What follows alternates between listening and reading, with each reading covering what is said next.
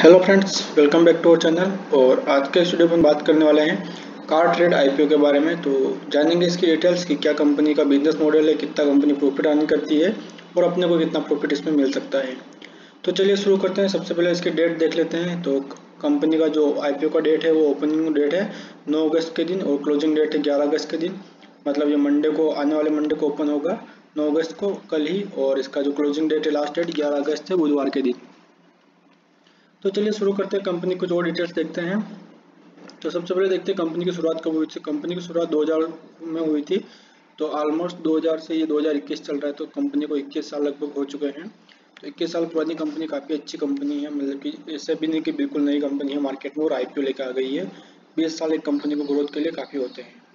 उसके बाद बात करते हैं तो कंपनी के बारे में। तो car trade tech limited is an multi channel auto platform provider company. The company operates various brands such as car वाले, car trade, Shri Ram automobile, bike वाले, और ये ब्रांड आपने सुने ही होंगे। तो ये कंपनी जो है, इसके काफ़ी सारे दूसरे दूसरे ब्रांड्स के नाम से इसमें मार्केट में है। तो ये ब्रांड आपने सुने होंगे। कार वाले आपने सुना होगा, car trade, Shri Ram automobile, bike वाले, कार ट्रेड एक्सचेंज, और एड्रोड ऑटो और ऑटो बीच। हो सकता है कुछ नाम आपने सुने नहीं हो, लेकिन कुछ नाम इनके फेमस है जो आपने सुने होंगे, कार वाले, कार ट्रेड करके। तो कंपनी क्या वेरियस प्लेटफॉर्म ये रन करती है, और ये क्या करती है कि यूजर्स को कनेक्ट करती है जो ऑटोमोबाइल से जुड़े हुए हैं। जैसे कि किसी को कार बाई करनी या सेल्स करनी, या कोई यूज्ड कार उसको बाई करनी है। उसके बाद कोई डीलर है कार के, उनको ये कनेक्ट करवाती है। आप यहाँ देख सकते हैं, the company platform connects new and used automobile customer, means नई और पुरानी कार को ये सेल करती हैं। और ये कनेक्ट करते हैं vehicle dealer, vehicle OEMs and the other business to buy and sell different type of vehicles.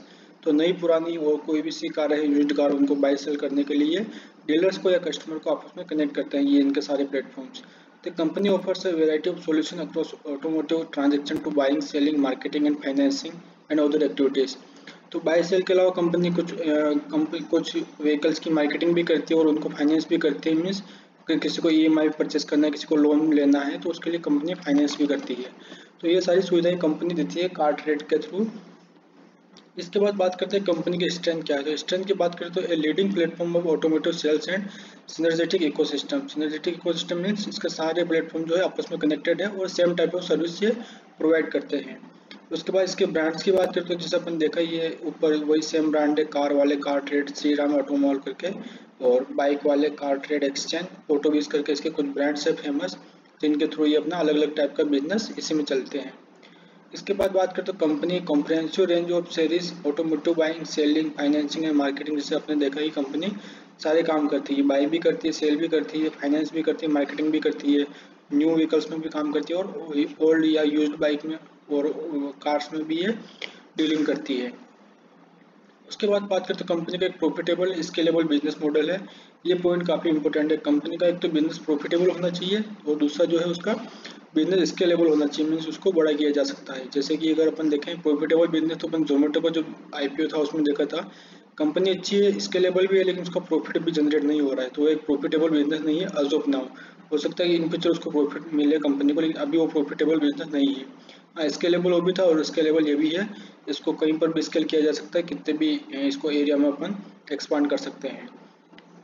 तो ये इसके कुछ कंप्यूटर स्टैंड पॉइंट थे। अब अपन बात करते हैं कंपनी के प्रोमोटर्स की। तो कुछ कंपनी के प्रोमोटर्स है, car trade tech is professionally manage company with no identifiable promoters. तो कोई एक इसका आइडेंटिफाइबल प्रोमोटर्स नहीं है, काफ़ी सारे प्रोमोटर्स होंगे इस कंपनी में, तो किसी एक का नाम यहाँ पे उन्होंने मेंशन नहीं किया है। और कंपनी का फाइनेंशियल की बात करें तो कंपनी के फाइनेंशियल्स कैसे हैं। तो कंपनी के फाइनेंशियल में अपन देखें, सबसे पहले इसका अगर असेट्स देखें तो 2019 से 2021 के बीच में कंपनी के पास पहले जो था, ये अपन नंबर्स मिलियंस में है, तो आप इसको एक डिजिट हटा के इसको करोड़ में रीड कर सकते हैं। तो 1400 करोड़ का इसका 2019 में असेट्स थे। उसके बाद भी इसके 1400 करोड़ के आसपास से असेट्स सेम कंटिन्यू रहे 2020 में, और उसके बाद ये बढ़ करके 1930 करोड़ के असेट्स हो गए। तो असेट्स में यहाँ काफ़ी अच्छी तेजी आई है 2019 से 2021 में। उसके बाद अपन बात करते हैं इसके रेवेन्यू की। जो इसका रेवेन्यू था 266 करोड़ का, इसका जो टोटल रेवेन्यू था 2019 में, उसके बाद ये बढ़ करके हो गया 318 करोड़ का।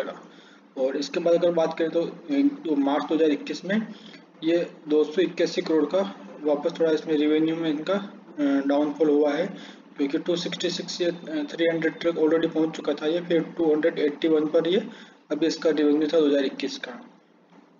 तो रेवेन्यू में थोड़ी गिरावट आई है, लेकिन उतनी भी नहीं है, क्योंकि अगर 2019 से कंपेयर करें तो फिलहाल भी ये ज़्यादा ही है उससे। और लेकिन अगर प्रॉफिट की बात करें तो प्रॉफिट इसमें बहुत ही तेज ग्रोथ हुई है। जैसे कि आप देख सकते हैं कि 2019 में इसका प्रॉफिट था 25 करोड़, उसके बाद ये 2020 में 31 करोड़ का प्रॉफिट था, और अभी देखा तो ये ऑलमोस्ट 100 करोड़ का इसका प्रॉफिट है। तो 100 करोड़ का प्रॉफिट काफ़ी अच्छी ग्रोथ हुई 2020 से कंपेयर करें तो 31 से डायरेक्ट 100 करोड़ के, मीन्स मोर देन 300% की इसमें ग्रोथ हुई है प्रॉफिट में। तो कंपनी का रेवेन्यू जरूर कम हुआ है, लेकिन इसका प्रॉफिट काफ़ी अच्छा बढ़ा है, मीन्स कंपनी की ग्रोथ काफ़ी अच्छी हुई है। उसके बाद बात करेंगे कंपनी का ऑब्जेक्टिव क्या है आईपीओ लाने के। तो इसका जो दो ही ऑब्जेक्टिव है, पहला जो objective carry out an offer board sale, मतलब कंपनी के जो एग्जिस्टिंग शेयर होल्डर है वो अपने शेयर सेल करेंगे ऑफर बोर्ड सेल के थ्रू, इसमें कोई फ्रेश इश्यू नहीं है।